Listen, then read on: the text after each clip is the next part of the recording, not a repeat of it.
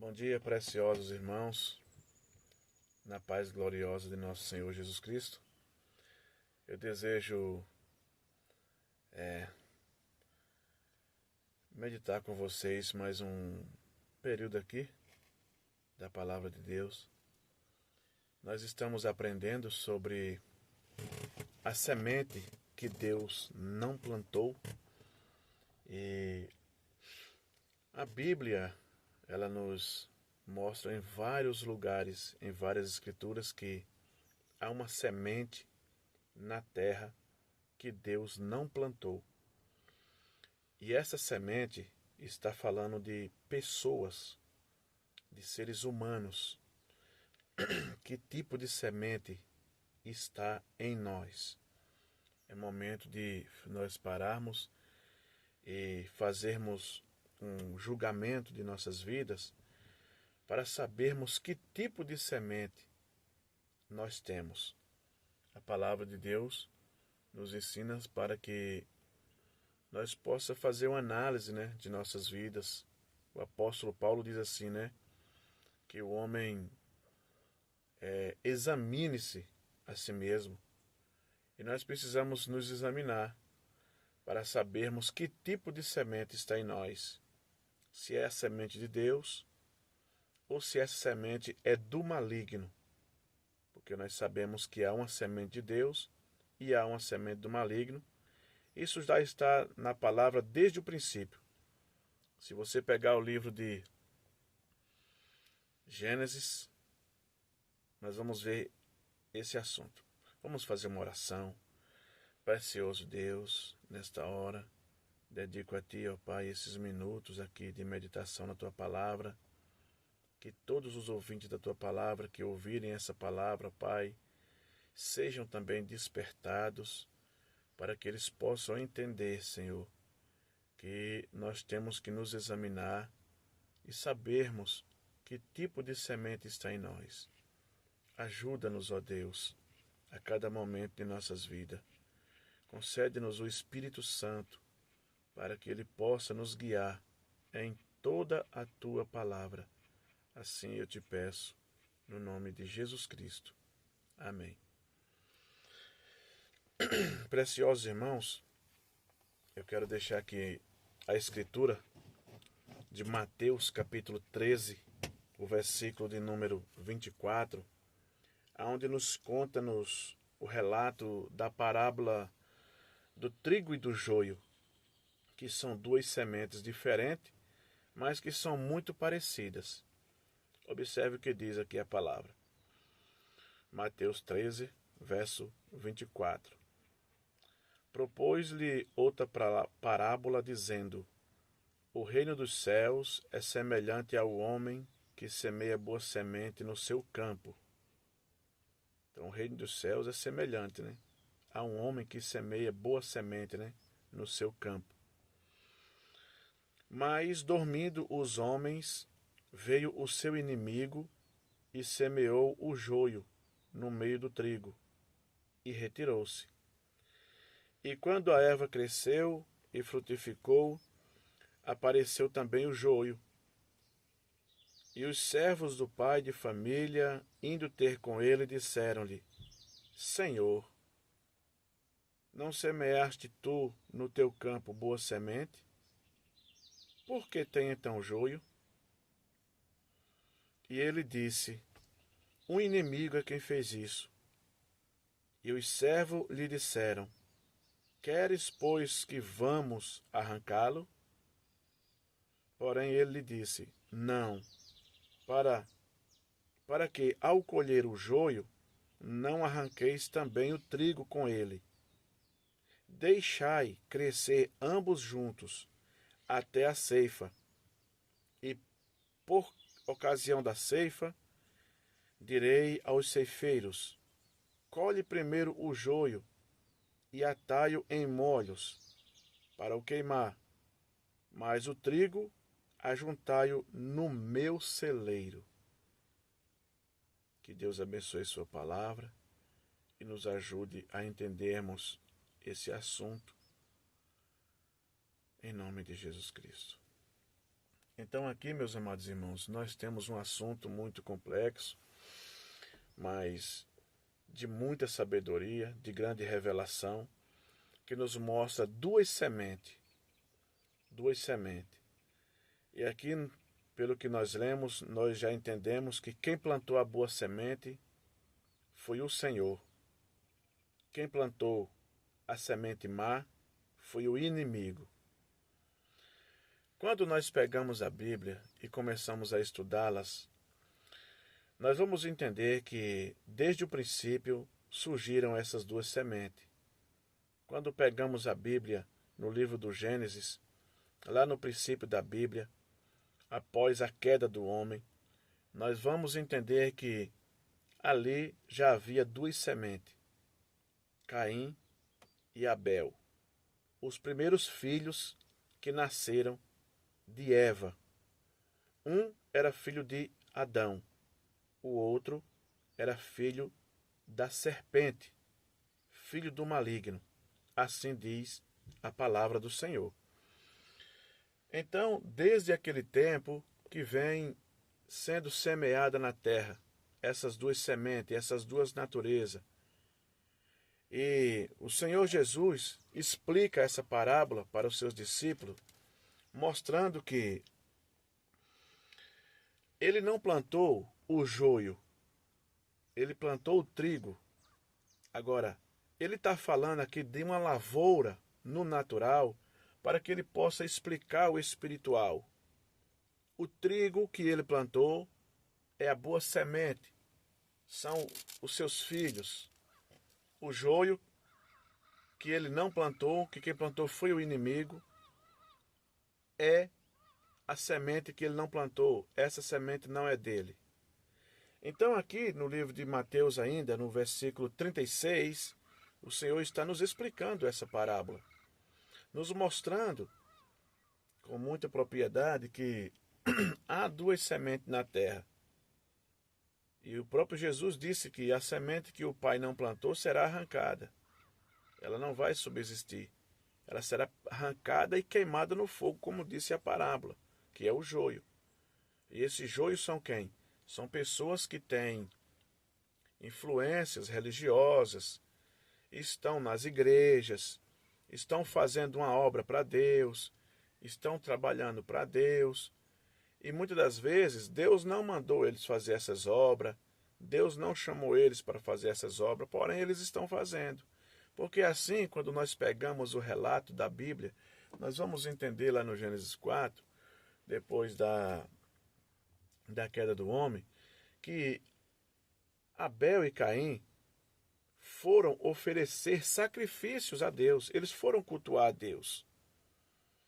E a Bíblia nos diz que Deus aceitou o sacrifício de um, o do outro ele não aceitou.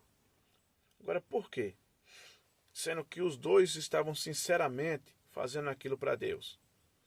Quando nós pegamos o livro de Hebreus, capítulo 11, nós vamos ver que a Bíblia diz: pela fé, Abel ofereceu um sacrifício maior. Por quê? Ele teve revelação do que ele estava fazendo. Caim não teve revelação do que ele estava fazendo. Você vai observar que quando eles foram oferecer sacrifício, Caim trouxe de quê? Caim era lavrador da terra, ele trouxe frutos, legumes, ele trouxe aquilo que ele produzia. Mas Abel foi diferente. Abel trouxe um cordeiro, um cordeirinho. E aquele cordeiro, ele apontava para Jesus Cristo, na cruz do Calvário, sendo imolado, derramando seu sangue a nosso favor. Então ele teve revelação do que ele estava fazendo. Caim não teve revelação. Por quê? Porque a semente daqueles frutos, que ele estava oferecendo a Deus, o fruto não tem sangue. O sangue daquele fruto não podia vir sobre nós, porque o fruto não tem sangue. Não estava apontando para nada. Era apenas algo natural. Caim tinha revelação. Caim ofereceu um cordeiro, mostrando que ali estava um substituto no seu lugar. apontando para Cristo na cruz do Calvário, derramando seu sangue para nos remir dos nossos pecados. Aí está a importância de termos revelação do que estamos fazendo para Deus. Porque muitas vezes estamos fazendo serviço para Deus, mas Deus não está se agradando daquilo. Aquilo ali é um sacrifício de tolo, como a palavra de Deus nos ensina. Mas observe o que diz aqui no versículo 36 de Mateus 13. Ele está explicando a parábola do joio e do trigo. Olha, observe. Então, tendo despedido a multidão, foi Jesus para sua casa. E chegaram ao pé dele os seus discípulos, dizendo: explica-nos a parábola do joio do campo. Veja, eles também não entenderam sobre aquela parábola. Então eles foram até Jesus e Jesus os explicou. Se você observar, sempre que Jesus tratava de um assunto em parábolas no meio do povo, quando o povo se ia embora, ou quando Jesus se afastava dali com os seus discípulos, ele explicava para os seus discípulos e não para o povo. Observe que os discípulos tinham revelação, o povo não tinha revelação.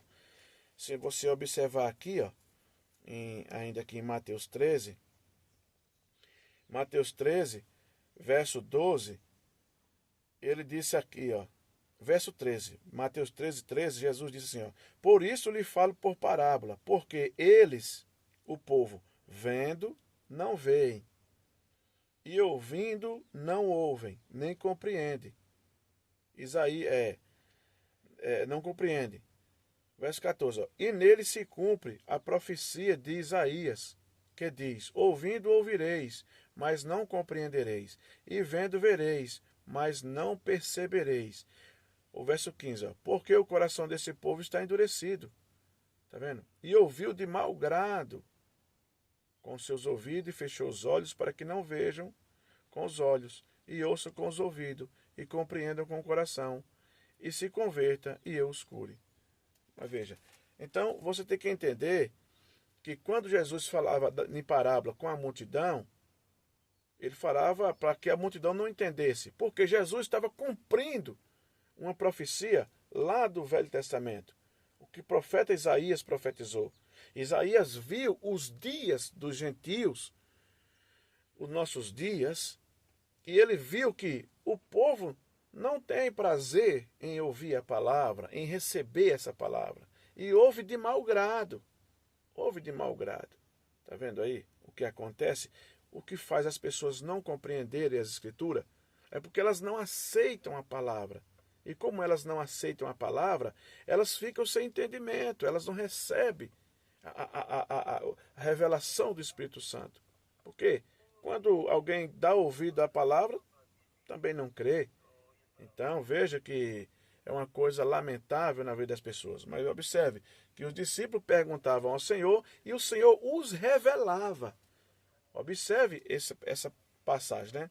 Ao verso 37. E ele respondendo disse-lhe, o que semeia a boa semente é o Filho do Homem. O Filho do Homem era quem estava plantando a semente? Era o Senhor Jesus Cristo.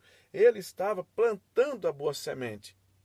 Veja, quem planta a boa semente é o Filho do Homem. O Filho do Homem estava plantando a boa semente.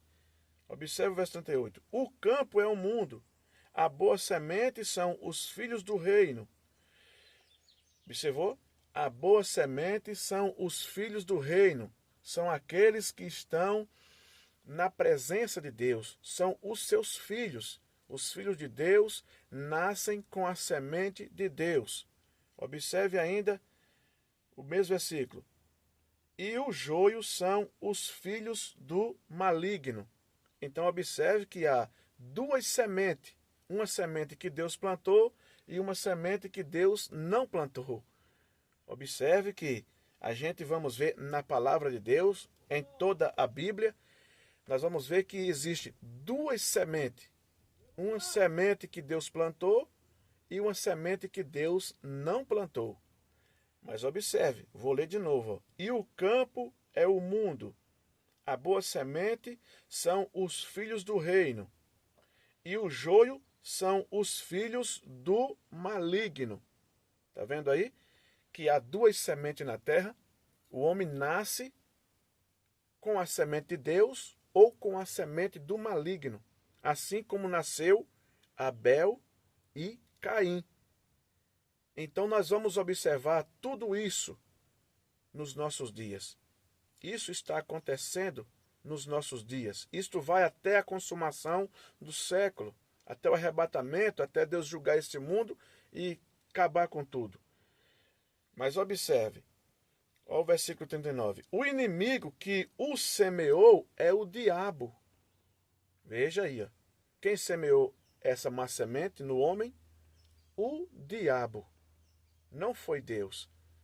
Quando a gente fala que há semente da serpente, as pessoas ignoram e chamam nós de herege, que nós somos tudo quanto é coisa ruim, eles falam que nós somos. Mas está na Bíblia. É a palavra de Deus que está falando. E nós não podemos negar a palavra. Nós temos que falar até onde a palavra fala. Onde a palavra não fala, nós também não falamos. Veja que diz aí. O inimigo que o semeou é o diabo. E a ceifa é o fim do mundo. E os ceifeiros são os seus anjos. Está vendo? E Deus tem enviado os seus anjos para ceifar. Esses anjos são mensageiros, porque a palavra anjos significa mensageiro. E Deus tem enviado os seus mensageiros para trazer a sua palavra e ceifar a sua semente. Aquela semente que não é dele, os seus anjos não estão ceifando. Mas vamos lá. Assim como o joio é colhido e queimado no fogo. Olha essa semente aí, ó. O que vai acontecer com ela? Assim será na consumação deste mundo. Essa semente que está no homem, que é Satanás que plantou ela vai ser colhida para quê? Para ser queimada. Ela vai ser colhida para ser queimada. Ela não será colhida para ela ser salva, para ser guardada no celeiro, como o trigo vai ser. Ela vai ser colhida para ser queimada.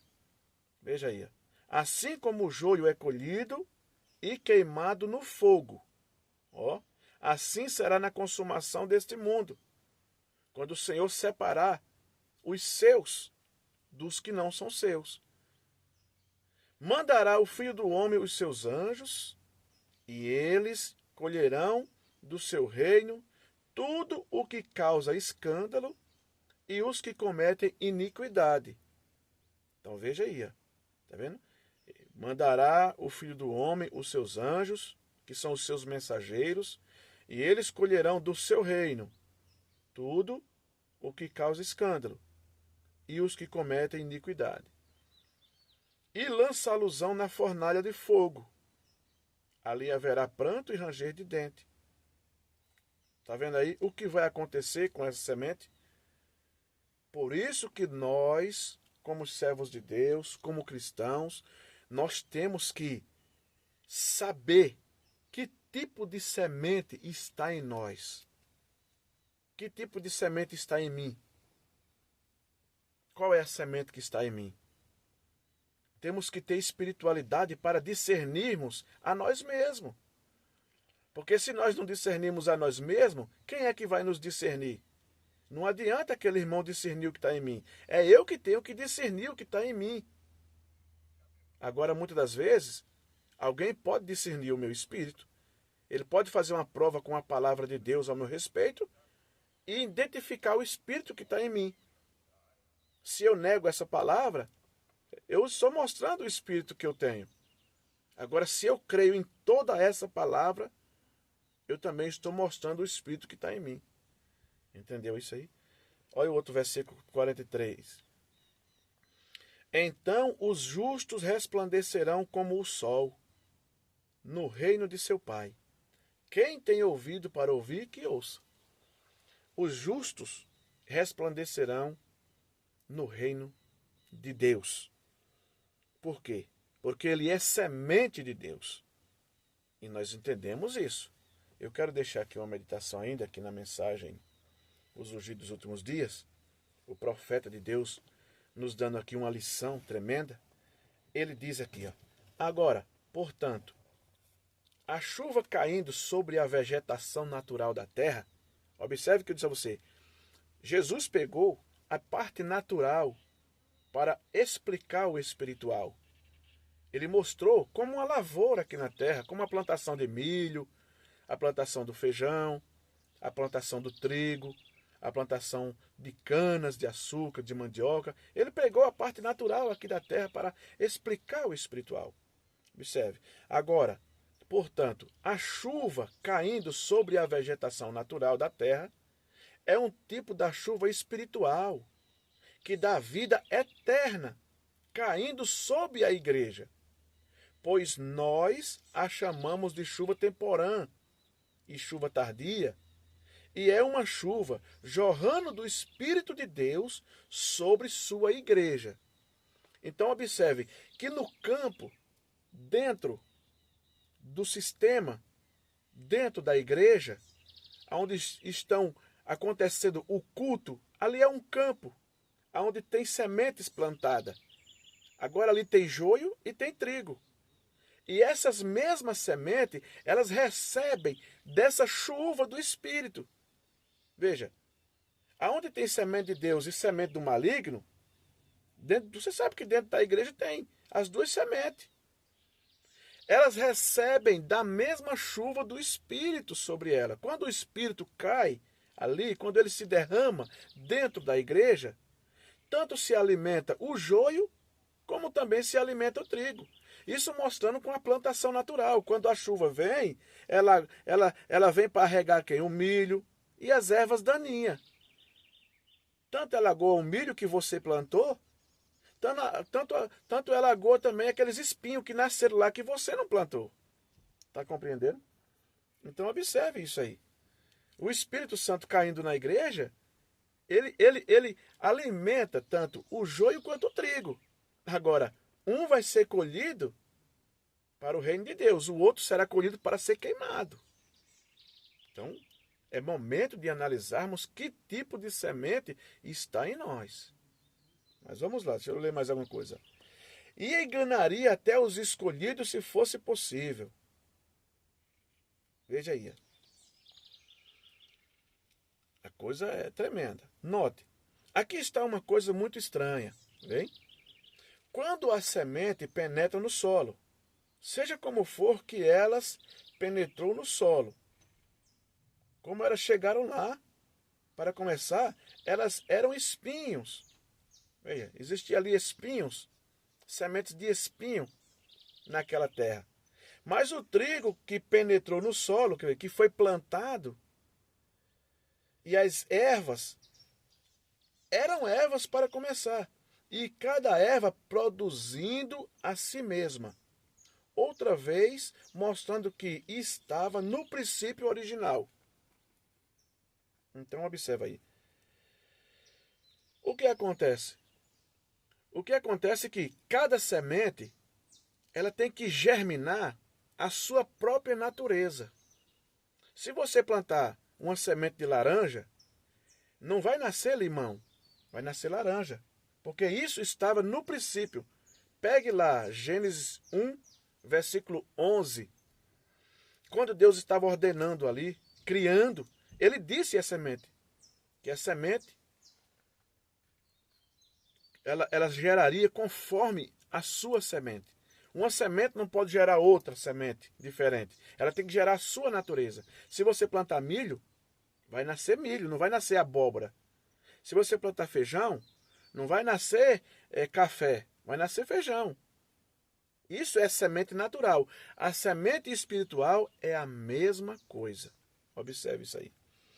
Agora, o que acontece? As pessoas estão enganadas achando que, porque elas estão recebendo também da mesma chuva, da mesma alimentação espiritual, elas herdarão a Deus.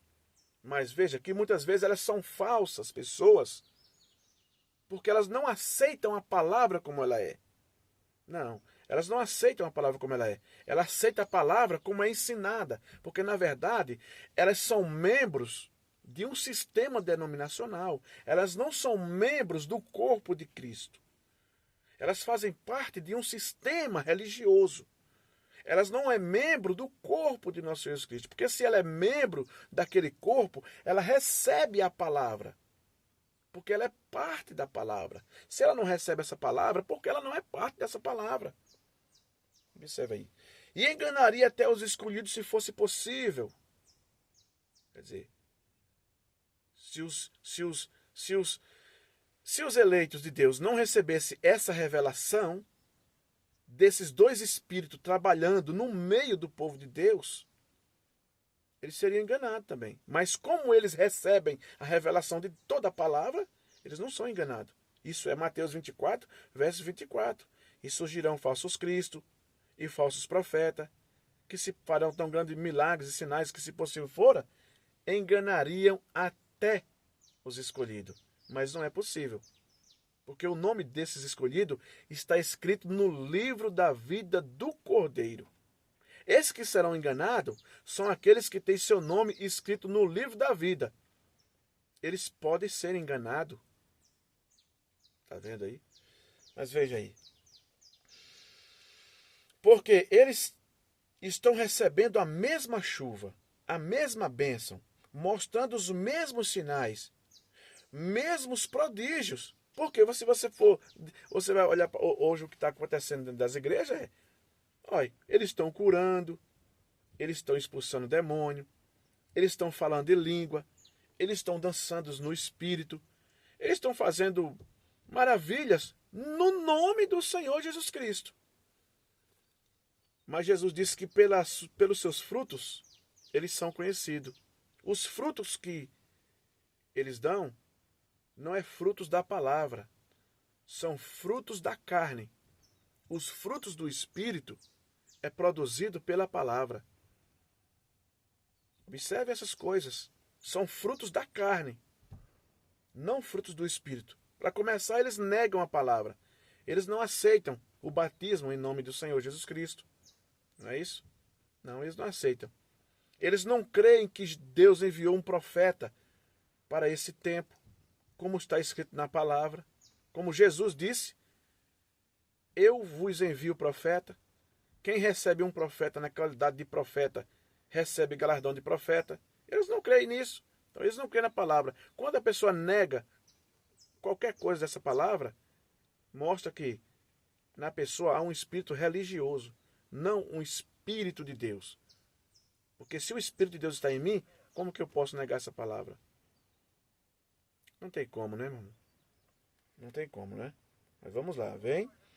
Enganarão ou enganaria até os escolhidos se fosse possível. Agora, um espinho não pode evitar ser um espinho. E nem o trigo pode evitar ser um trigo. É o que o Criador de cada um determinou no princípio. Esse é o eleito. A mesma chuva. Observe lá, Gênesis 1:11, que a semente tem que gerar conforme a sua semente. Ela não pode gerar semente diferente, meu irmão. Não. E o que é que diz aqui, ó? O sol nasce de manhã. Agora aqui, ó. Deixa eu mostrar para você aqui, ó. Por que uma semente tem que gerar a mesma semente? Porque é a natureza da semente que está na pessoa, que está na semente. Uma semente de limão só pode gerar outro limão. Uma semente de laranja só pode gerar outra semente de laranja. Uma semente de milho só pode gerar outra semente de milho. Observe o espiritual, isso aí é o quê? Um assembleiano só pode gerar outro assembleiano. Ele não gera um filho de Deus. Porque a semente que está nele não é a semente original. Ele está contaminado com a semente ilegítima. Uma semente que Deus não plantou. Assembleia só gera assembleia. Tá vendo? Metodista só gera metodista.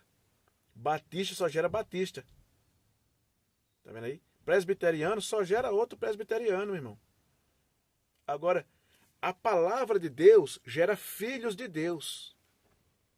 Nós precisamos ser gerados por essa palavra. Quero mostrar aqui para você o que diz a Bíblia. Para você ver que nós temos que ser gerados, meu irmão, é pela palavra de Deus. Nós não podemos ser gerados pelo um sistema denominacional, pelo um sistema religioso. Porque o sistema religioso, ele não gera filhos de Deus. O sistema religioso, ele gera outra pessoa com a mesma natureza. quem gera um filho de Deus é a palavra. É por isso que nós temos que ser gerados por essa palavra. Essa palavra tem que ser enxertada em nossas vidas. E essa palavra sendo enxertada em nós, ela corrige a semente que está em nós. Ela corrige isso.